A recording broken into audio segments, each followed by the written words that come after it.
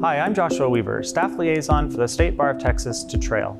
In this video, we'll take a look at how AI is expanding access to justice, especially for underserved communities, and how legal professionals can support that progress responsibly. The American Bar Association estimates that around 80% of Americans either cannot afford or perceive that they can't afford to get legal help. This is commonly called the access to justice gap. Despite the best efforts of many incredible legal aid organizations, volunteer law students at clinics, lawyers that have a passion for service, this remains a big issue for us to deal with in the legal profession. One of the hopes of artificial intelligence is that it will help attorneys move at a higher pace through a larger volume of cases and ultimately start to chip away at that access to justice gap that we are currently experiencing. So folks are really interested in how can I actually use AI today to start enhancing my legal practice? What can it do to improve how I can address the access to justice gap? And honestly, the first step is just getting comfortable with the tools that are commercial and on the market. So I recommend getting an account for ChatGPT and paying for that account and then giving that a try. Another thing that you might consider using is Perplexity. Perplexity.ai is a sort of Google replacement tool, and it's really powerful when you need to just quickly look up facts and gather information off the internet. In addition to that, there's some exciting new tools coming from the legal tech world. So LexisNexis, Westlaw, and VLEX are all now publishing AI-enhanced tools.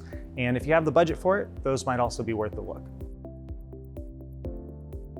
As attorneys in Texas, we are all subject to the Texas version of the ABA model rule for technology competency, which requires attorneys to be aware of the risks and the benefits of using technology, including AI. And so many attorneys ask me, okay, what does that mean when it comes to using AI in a way that is safe? How can I ensure that my client's data is properly protected, that confidentiality concerns are properly protected, that the data security is properly protected?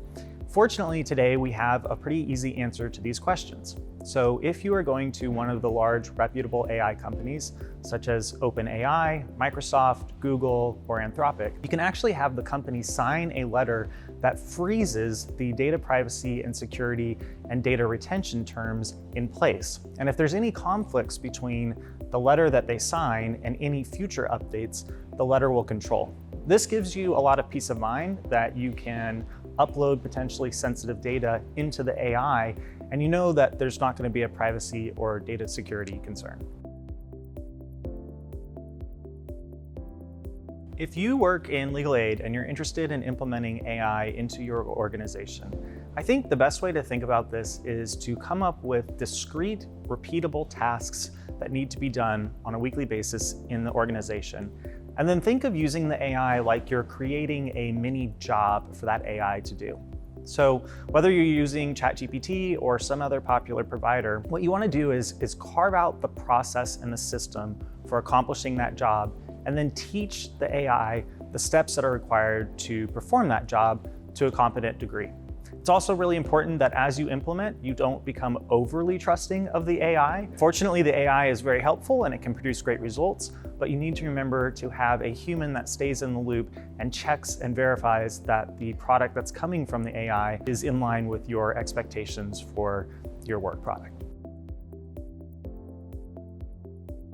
One of the things I'm most excited about when I look toward the future and imagine how it will be to work with AI in an access to justice context is that, number one, there is a huge education problem when it comes to access to justice. So unfortunately, most people who are facing what's called a justiciable issue, that would be an issue that could potentially be solved by getting legal help, they don't actually know that they have a legal problem.